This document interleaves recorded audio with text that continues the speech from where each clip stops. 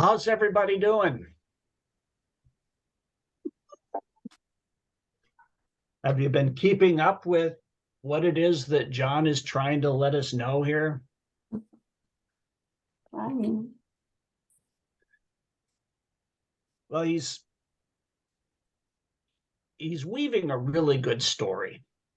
And that's what I love about John, is how he takes all of these different pieces of Jesus's life and ministry and puts them together in a fashion that helps us understand more the nuances of what Jesus came to do and came to bring us.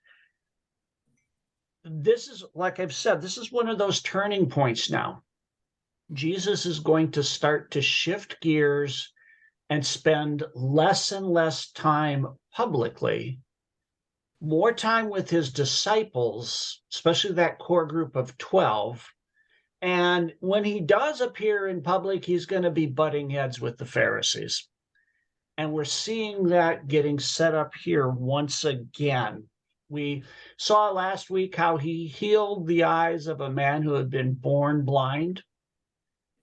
And now we're going to get the repercussion of what that meant.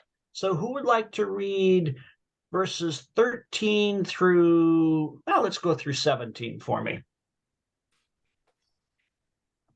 I can do it. Diane, Okay. go for it.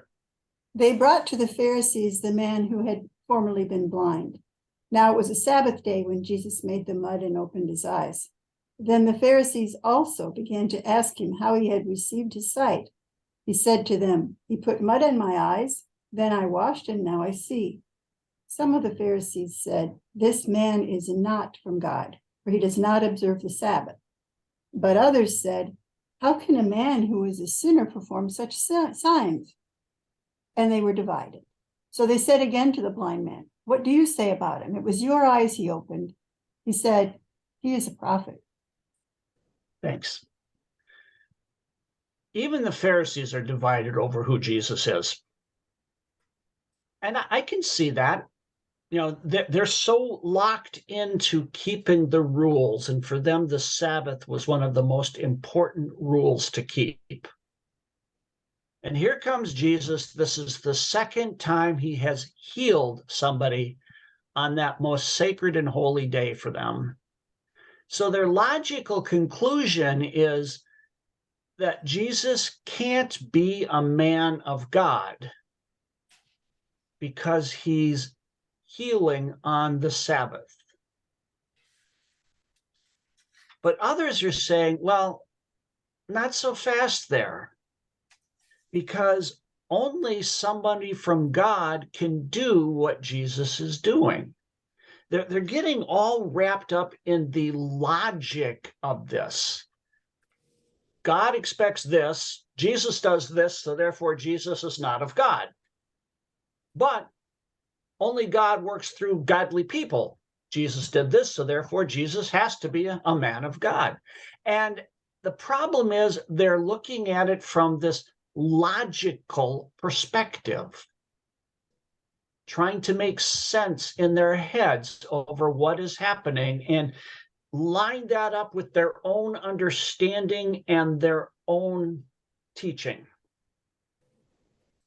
What we're discovering about Jesus is he doesn't line up with that all the time.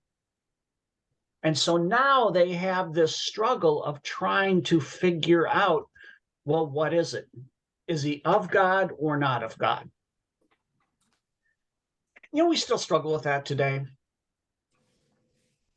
When Jesus doesn't line up with our expectations of what he should or shouldn't do, or who he is or isn't, we struggle and we try to make some sense of it. And one of the things we do to try to make some sense is hopefully we ask questions. We investigate. And now that's what the Pharisees are going to do.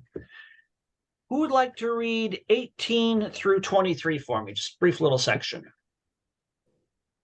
Susan, go for it. The Jews did not believe that he had been blind and had received his sight until they called the parents of the man who had received his sight and asked them, is this your son, who you say was born blind? How then does he now see? His parents answered, we know that this is our son, and that he was born blind.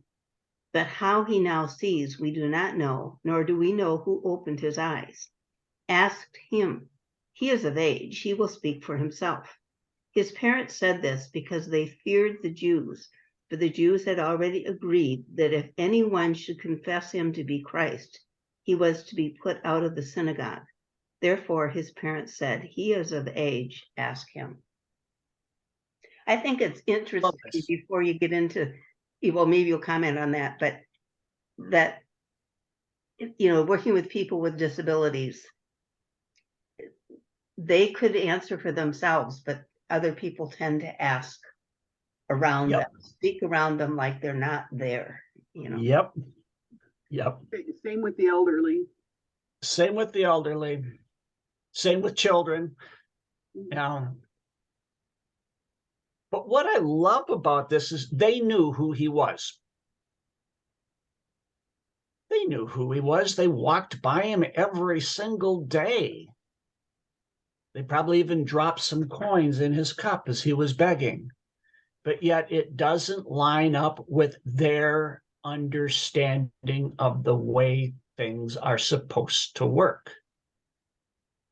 So they asked him, he said, this guy did it. He's a prophet. They didn't accept that answer, so they call his parents. It's like calling mommy and daddy to come down to school to talk to the principal or the teacher about somebody's behavior. And the parents were quite honest. Yep, he's our son. Yep, he's born blind. How he can see? Well, ask him. He's old enough. The parents were afraid of the religious leaders. They were afraid of the Pharisees.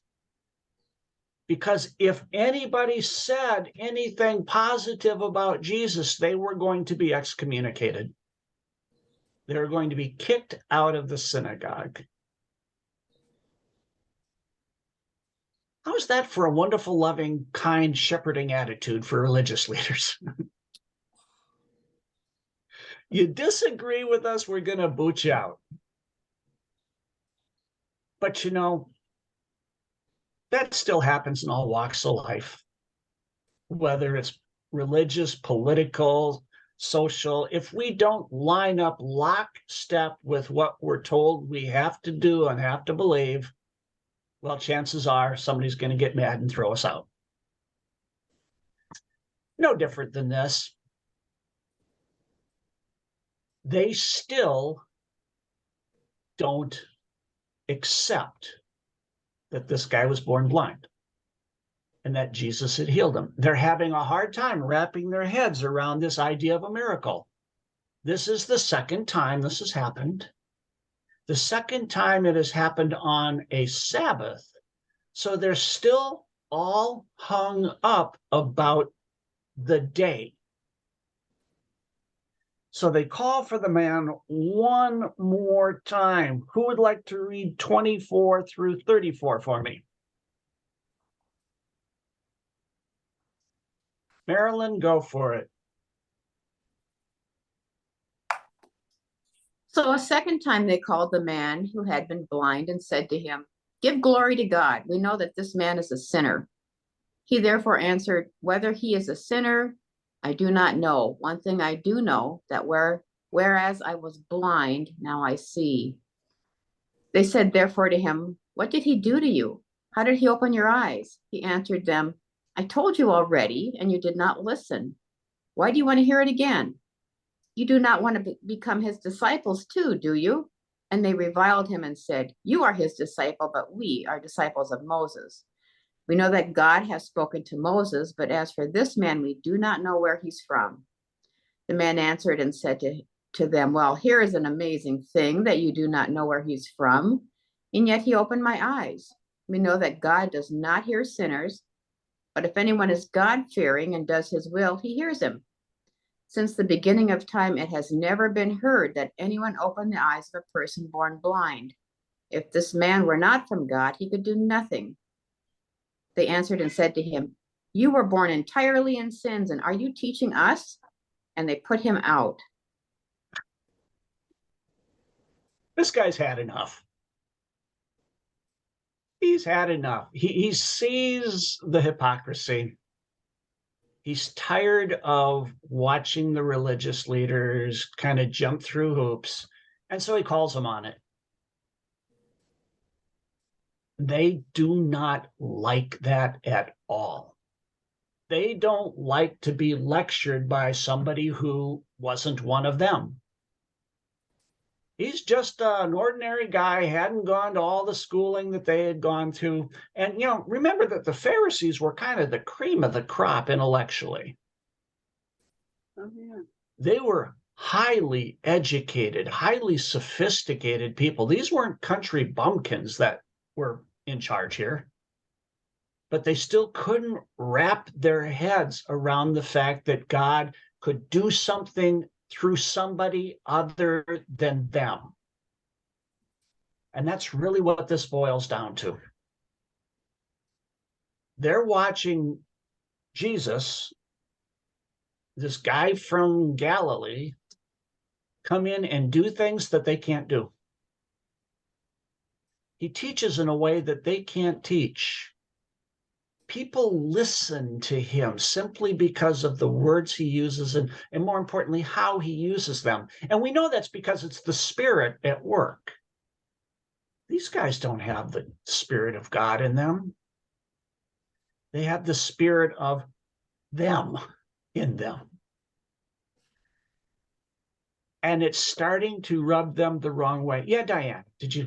Well, I'm just wondering about their concept of prayer and how it runs through this thing, like God will not listen to a sinner. Was that any sinner and you had to be perfect, or you had to be a religious leader in order for your prayer to go to God? Or what was the understanding of how prayer works in that sense? If you were going to be a good Pharisee,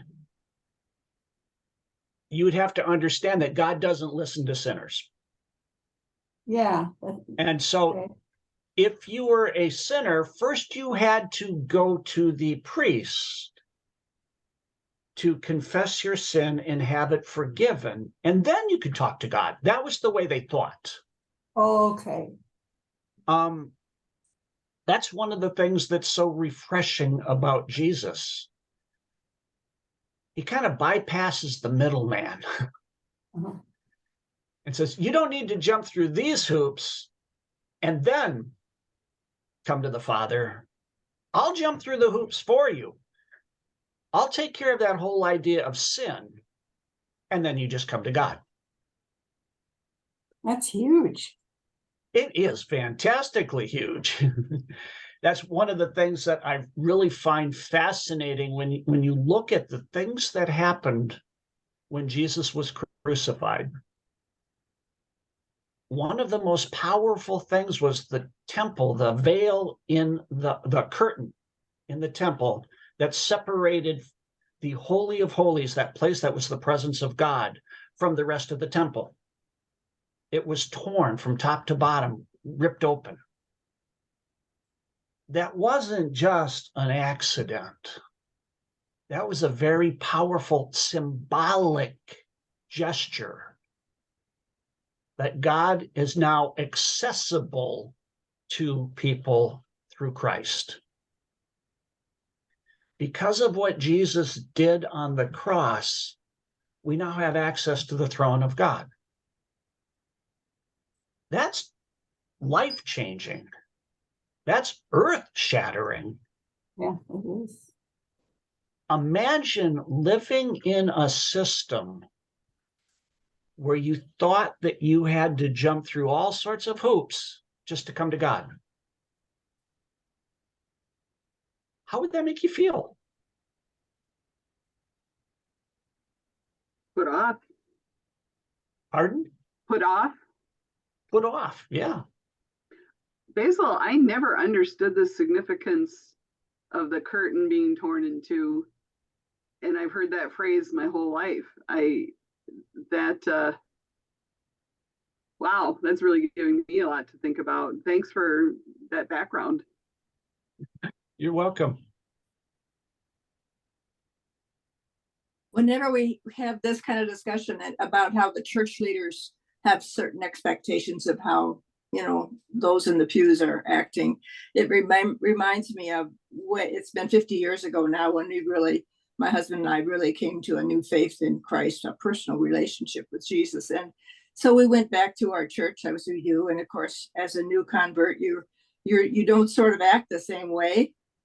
So we were doing some things that put some people off. So we had visitors one Sunday afternoon, two vestry people that came and kind of admonished us and said that if we would be willing to tone it down, why we certainly would like to continue to have you within our church.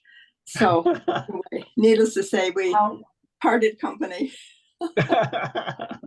Oh, please tell me that wasn't St. David's. Oh no, it was another church, whole different denomination. Okay. Oh, interesting. It was any church at any time, anywhere. Totally. Pretty much, because that's what we do. Yeah. We don't like it when things start to get outside of our norm. Well, we're seeing the same thing as St. David's now. People appear that don't look the same. They're being called by other names. It's helpful to me to be reminded that, this is a welcoming community, and I've got to, shutter some of those thoughts of mine and be more welcoming, because it's happening right at home. Yep. And we have to accept Sharon as a rabble rouser. That's a whole new concept. That's it. But that's what happens when when the Spirit starts to move and gets a hold of us, not in our heads, but in our hearts, and we begin to feel different, think different, act different. And sometimes people really struggle with that, because here's this person who's supposed to be doing this, and now they're doing this. And we don't know what to do with that. That's why so many churches throughout the ages have put kind of these unwritten rules in place about how you're supposed to look, how you're supposed to act, how you're supposed to sing, how you're supposed to do X, Y, and Z. And when you don't fit that mold, we have two options. We either change you to fit the mold, or we throw you out. Because it really comes down to, well, I hate to use the word control, but sometimes that's what the church wants to do, is they want to have that control. They want to have those boundaries in place because they're comfortable. I always like to use the analogy of religion tends to put God in a box and place that box on the altar and worship the box. We can't confine God to a box. Maybe every once in a while we'll open the lid and let the Spirit peek out and say, hey, hi, folks. And then we push it back down and we go back to worshiping our box. But when the Spirit is going to move, it is going to blow the lid off the box. It is going to rip the sides out. And the Spirit is going to move when the Spirit wants to move. And we can't control it. We try to. But that's the thing that scares a lot of ministers, a lot of churches. We become afraid of the Spirit moving in a way that we're not comfortable with, or in a way that we don't understand. The Pharisees were running into this because Jesus was moving in a way that they did not understand.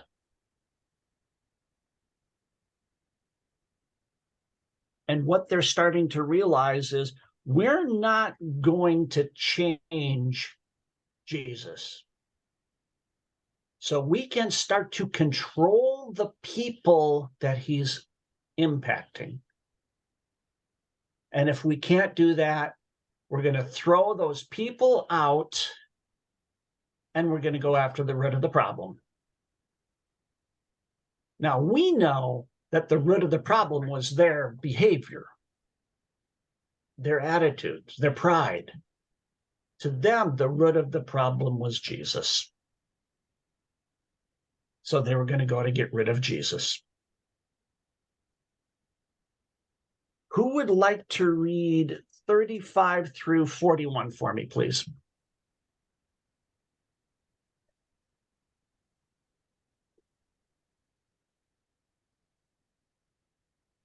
Vita, go for it. Okay. Go for it, Vita. Jesus heard that they had cast him out, and having found him, he said, "Do you believe in the Son of Man?" He answered, "And who is he, sir, that I may believe in him?" Jesus said to him, "You have seen him, and it is he who speaks to you." He said, "Lord, I believe," and he worshipped him. Jesus said, "For judgment I came into this world, that those who do not see may see, and that those who see may become blind." Some of the Pharisees near him heard this, and they said to him, "Are we also blind?" Jesus said to them, "If you were blind, you would have no guilt. But now that you say, 'We see,' your guilt remains." Thanks. I love this little interaction. Jesus sought the man out. The man couldn't recognize Jesus. Think about it. He'd been blind, so when Jesus is walking around, all they can do is listen for his voice. Jesus put some mud on his eyes and told him to go wash in a pool. So even when he walked away to wash, he didn't know what Jesus looked like. All he knew was that Jesus had done something to him. And Jesus is now getting word that they'd thrown this guy out of the synagogue. So he seeks him out and he asks that question: do you believe in the Son of Man? Now, remember, this is Jesus's favorite title for himself, the Son of Man. You know, it goes back to that vision in Daniel where Daniel sees this one standing as the Son of Man coming to bring judgment on the earth. It was, you know, a messianic vision that Daniel brought. So whenever Jesus would say, "Do you believe in the Son of Man?" or talk about the Son of Man, he's talking about the one who is going to come and make things right. And the guy goes, "Yeah, let me see him. Show him to me. I want to believe." He wants something other than the religious muck that he'd been fed. And I love how Jesus just went right to the heart of it, says, "Well, you see me. You can see now. I'm here. I'm here." And the man says, "I believe." And he worshiped Jesus.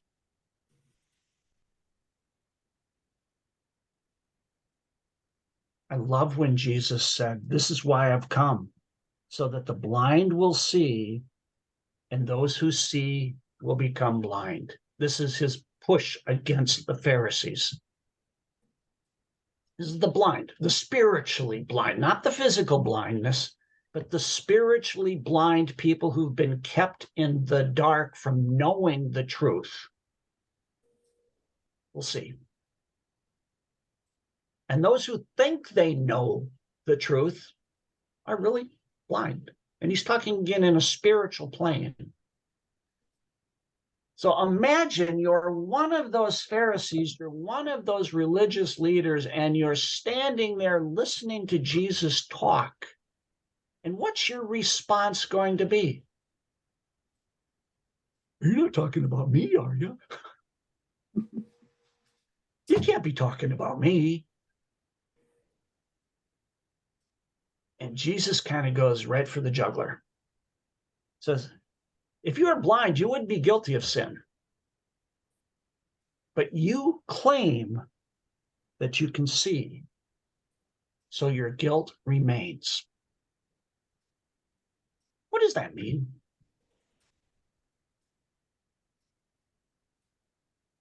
This is a tough one, but what does that mean?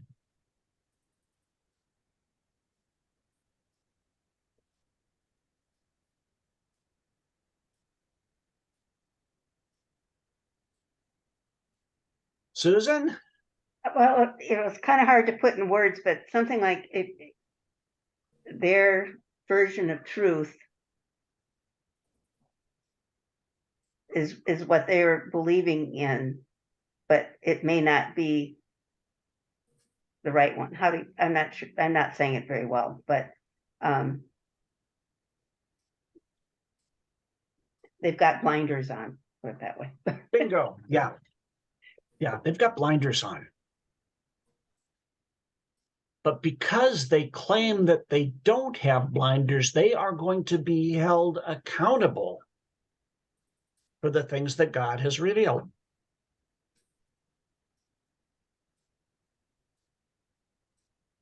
Would that have cast doubt in their minds at all? Or were they so self-righteous that, no part of the truth would ever hit their minds? I don't think at this point they were really capable of grasping the truth. But don't you We have some see- people like Nicodemus who start questioning about this time? Yep. We see that there are some of the religious leaders, some of the Pharisees that do get it, especially after Pentecost. I mean, the timing of this is wonderful. After Pentecost, when the Spirit comes and starts to open hearts, then people start to understand. But what we tend to forget is when Jesus left this earth, that group of followers was probably 200 at the most, 200 people. Not exactly a giant religious tsunami. Because up until Pentecost, God poured his Spirit out on certain people at certain times for certain things. The prophets in the Old Testament had the Holy Spirit. Some of the leaders, the kings, had the Holy Spirit, but the average everyday person didn't. And sadly, that included a lot of the religious leaders. They didn't have the Spirit of God in them, so they couldn't understand. But then you look at Peter's Pentecost sermon and 2,000 people believe. I mean, that's not a bad first sermon, folks. That's not a bad one, but it had nothing to do with Peter and everything to do with the Holy Spirit moving. So we tend to look back at the Pharisees in judgments. Well, they should have known better. He was right there. They should have known who he was. They didn't believe him. Well, honestly, folks, they couldn't believe him. Yeah, Vida. Is it also sort of a case where, how sometimes people's beliefs mean so much to them and they're so entrenched emotionally in them that even when facts are put in front of them, they can't deviate from what their beliefs are? Yeah, they don't want to. And I can think of present day, Yeah. things like that, like the value Yep. of vaccines, Yep. Um, Yep. We get so locked into our own way of thinking that we become blinded to anything that doesn't fit our belief system. You just have to look back at the last couple of election cycles and you see how that plays out in our country. We get divided. We look at people who think the way we do or reject those who don't. And it's the same here. But there's an extra element to this, is that apart from the Spirit of God, we can't know the things of God. We can know them in our heads, but in our hearts, they make no sense. And faith doesn't reside in our heads. It resides in our heart. And what Jesus is going to be getting at through this is that, folks, some people are going to understand and listen, and others aren't. And he's going to use this analogy of a shepherd and his flock, shepherd and sheep, to really kind of drive home that point. So who would like to read in chapter 10, verses 1 through 6 for me?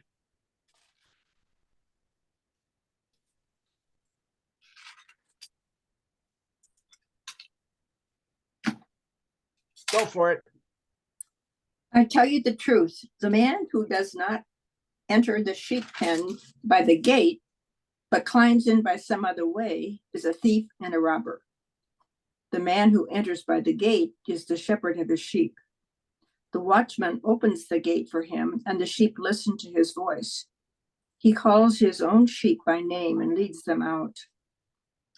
When he has brought out all his own, he goes on ahead of them, and his sheep follow him because they know his voice. But they will never follow a stranger. In fact, they will run away from him because they do not recognize a stranger's voice. Jesus used this figure of speech, but they did not understand what he was telling them.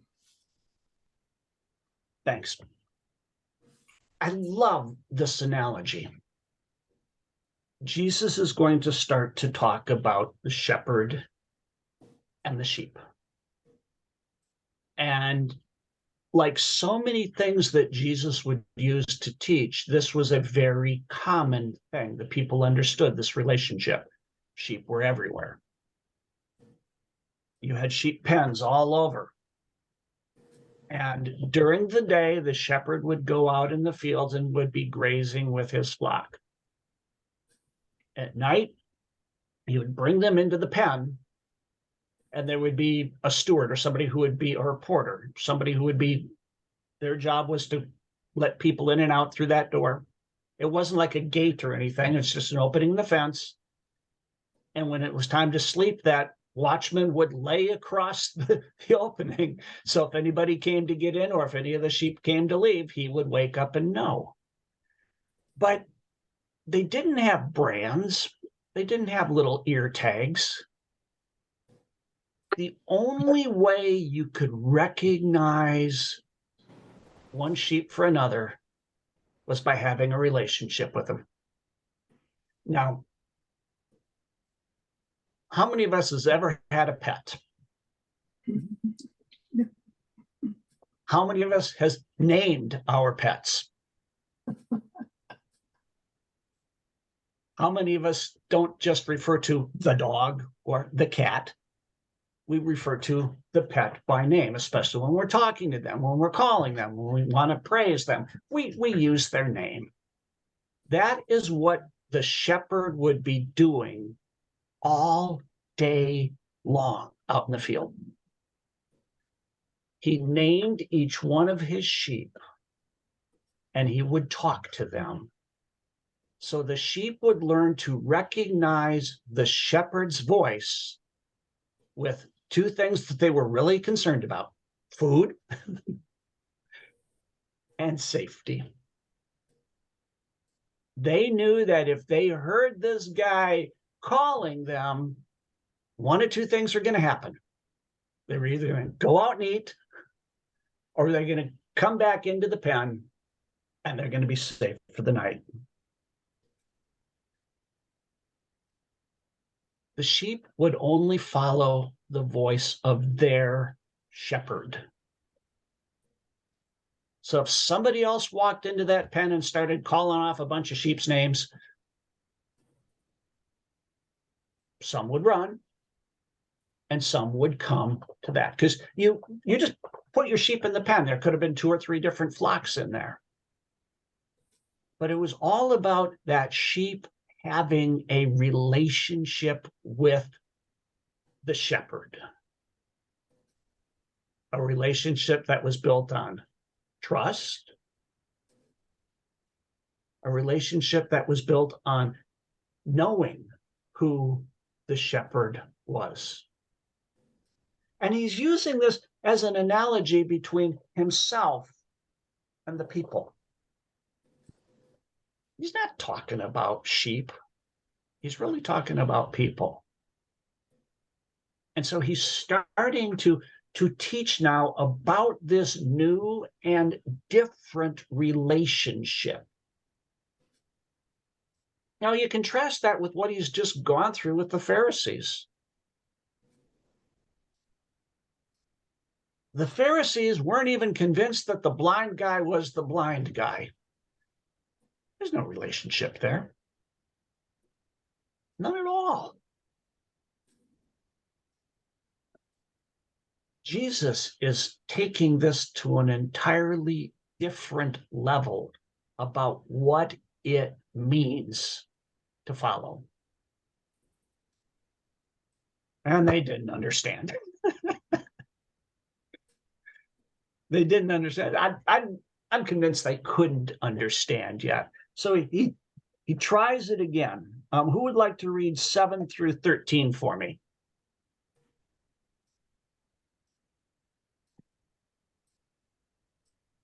Catherine, go for it.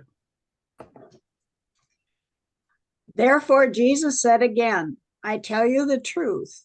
I am the gate for the sheep. All who ever came before me were thieves and robbers, but the sheep did not listen to them. I am the gate.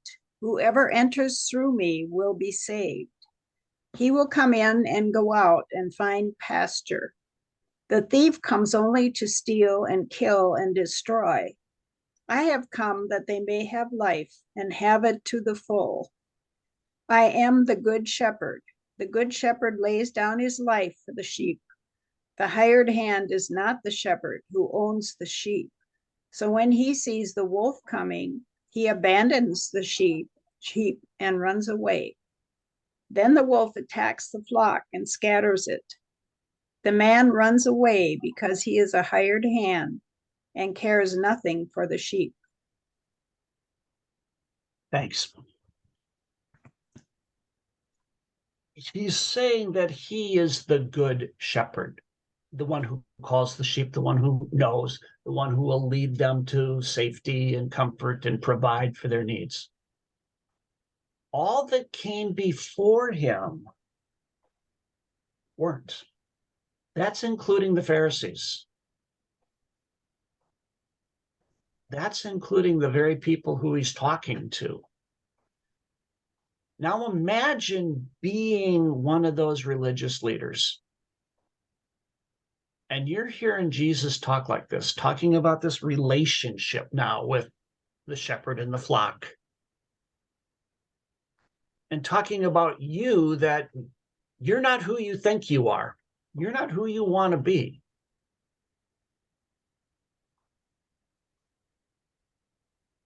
We as human beings, when we start to hear people talk about us that way, we have a couple of different reactions, don't we?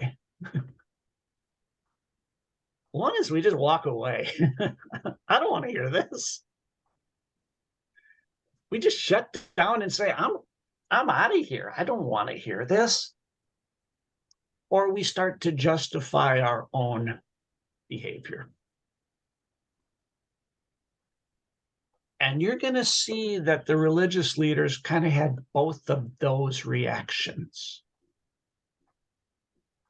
Some of them just simply said, this guy's nuts. I'm not going to listen to him.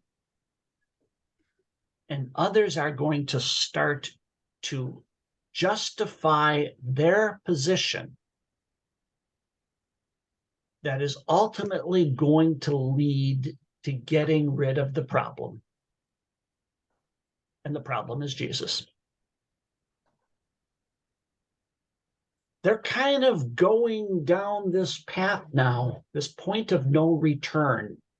They don't know it. They're just getting madder and madder and madder. Jesus knows full well what he is doing. He's going to continue to poke at them, and he's going to continue to poke, and he's going to continue to poke, because he's doing a couple of things here. Number one, he's teaching the people that this isn't the way it's going to be from now on. And he's teaching his disciples that same lesson. This isn't the way it's going to be from now on. There's going to be a different relationship. But then he's also getting the Pharisees madder and madder and madder at him, because he knows that they are the ones who can give him thumbs up or thumbs down to kill him. And he knows why he's come. He hasn't come just to be a good shepherd by teaching people. He's come to die. He's come to lay down his life for the flock. This is what this whole existence on earth was all about. Coming to die. And he has to make sure that all of the dominoes are lined up. Because he has to make sure that he will die when he is supposed to, at the hands of who are supposed to do it. Jesus is totally in charge of the process. And we have to keep that in the back of our minds. They're not going to kill him before it's time. They can't lay a hand on him until he is ready. Who would like to read 14 through 21 for me?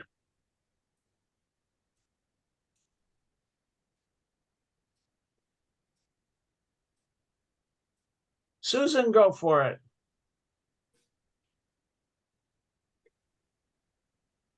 I am the good shepherd. I know my own, and my own know me, as the Father knows me, and I know the Father, and I lay down my life for the sheep. And I have other sheep that are not of this fold. I must bring them also, and they will heed my voice. So there shall be one flock, one shepherd. For this reason, the Father loves me, because I lay down my life, that I may take it up again. No one takes it from me, but I lay it down of my own accord. I have power to lay it down, and I have power to take it again. This charge I have received from my Father. Is that how far you wanted me? Keep going through 21, please. Okay. There was again a division among the Jews because of these words. Many of them said, "He has a demon, and he is mad. Why listen to him?" Others said, "These are not the sayings of one who has a demon. Can a demon open the eyes of the blind?" Thanks. Here's this Jesus guy causing division once again. But he gets really deep now with his teaching. He's not just talking about sheep anymore. He's talking about himself. He started out saying that the sheep know me, making that analogy. And then he starts talking about other sheep, different flock, different pen. What do you think he meant there?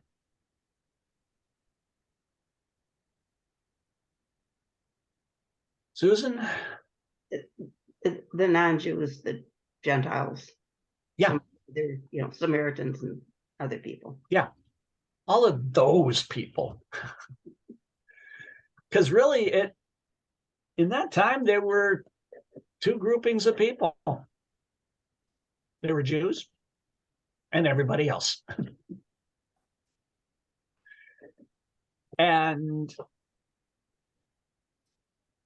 the Jews saw themselves first and foremost as God's only children. Gentiles, I've heard that word translated a few different ways, but I think the one that resonates the most with me was non-human. They didn't see anybody else as being human, didn't see anybody else as being worthy of a relationship with God. That's why if you wanted to become a worshiper of God, you had to jump through all sorts of hoops. You basically had to become a Jew before you could worship. And well, the thing that separated the Jews from the non-Jews is circumcision. So that would mean that if you were an adult male, guess what had to happen if you wanted to worship God? You think that scared a few people off?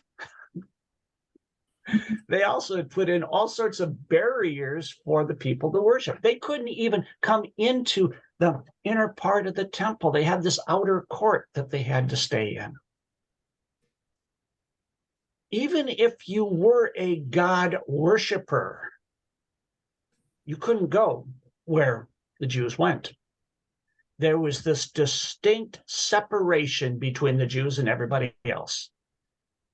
And now Jesus is talking about these other sheep. The religious leaders and the Jews that are hearing him were thinking, okay, he's talking about us, this flock, these sheep. Now he's talking about other sheep, other flocks. He certainly can't mean the Gentiles. He certainly can't mean that he is going to go to them as well. That's why they said he's nuts. Because this far supersedes healing somebody on the Sabbath. This is taking it to the next level of lunacy. Jesus is a raving lunatic in their minds.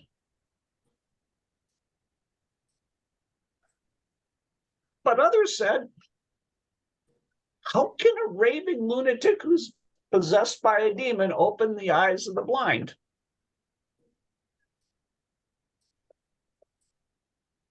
That's one of the things that modern scholars have labeled Jesus as.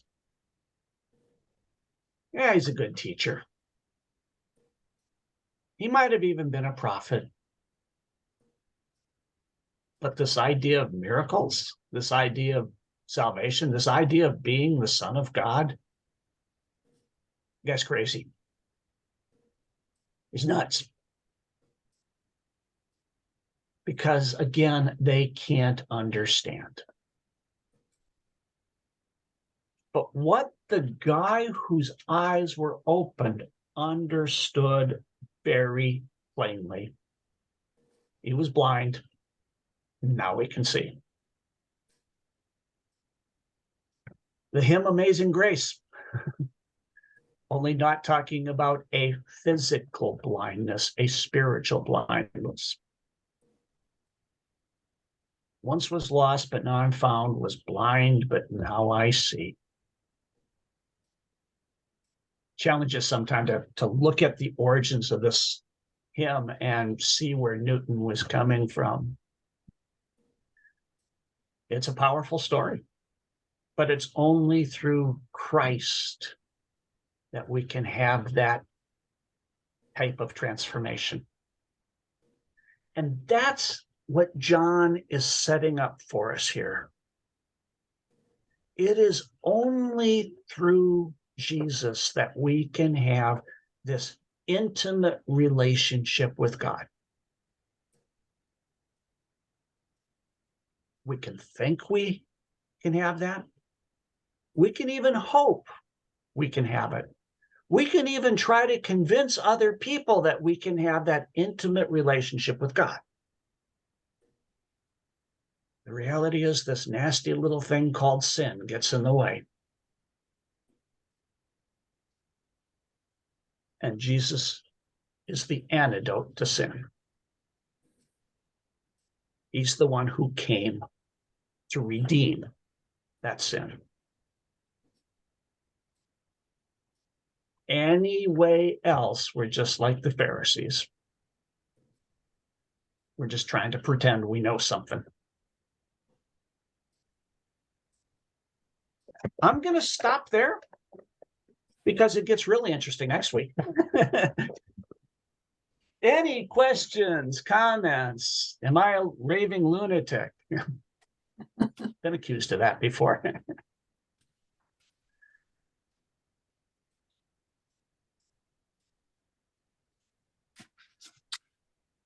You seem to have answered all of our questions, Basil. Or Oh, do you yeah. see some hands?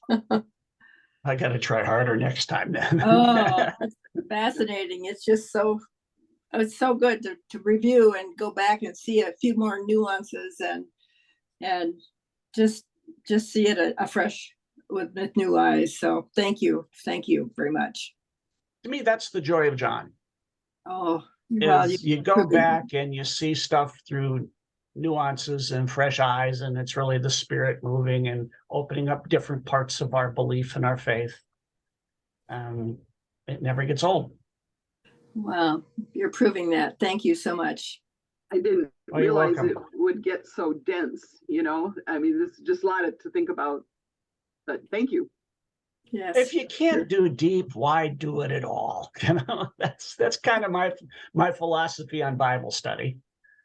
You Wow. know, why Sure. skate on the surface when you can dive down and see all the rich stuff that's in the depths? You've been a The gift proof to all of us. Thank you.